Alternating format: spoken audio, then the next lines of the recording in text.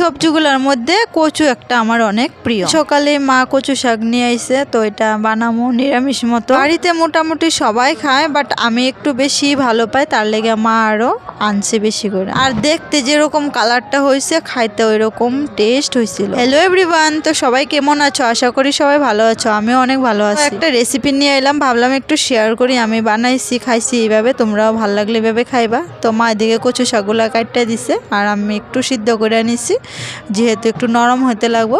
তারপর কচু শাকে দেওয়ার লেগে এদিকে বাদামও ভাজা নিছি। ভাজাই কড়াইটার মধ্যে তেল দিয়ে, তেলের মধ্যে পাঁচফোড়ন দিয়ে, শুকনা লঙ্কা আর তেজপাতা দিয়ে সম্বার দিয়ে নিছি। তারপর একটু একটু করে কচু শাকটা এই তেলটার মধ্যে দিয়ে দিছি, আর একটু পরে কাঁচা লঙ্কা কয়েকটা দিয়ে দিছি।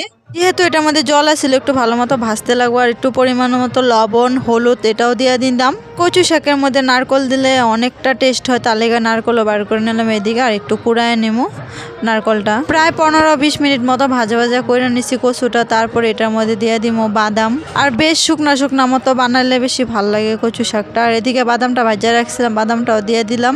আর এদিকে দিলাম একটু ভাজা জিরার গুঁড়া, একটু লাড়াচাড়া দিয়ে নারকলটাও দিয়ে দিব। নারকলটা দেওয়ার বেশি দেরি করুম না। এদিকে একটু মতো চিনি দিব, মানে মিষ্টিটা বেশি খামো না, তো একটু চিনি দিয়ে এটা লাড়াচাড়া দিয়ে নামায় নেব। আর কচু শাকটা অনেক টেস্ট হয়েছিল। তো এদিকে আমি ভাতও নিয়ে নিছি খাওয়ার লেগে। আর আমার কচু শাক অনেক ভালো লাগছে, সবাই ভালো করছে। রাধে রাধে।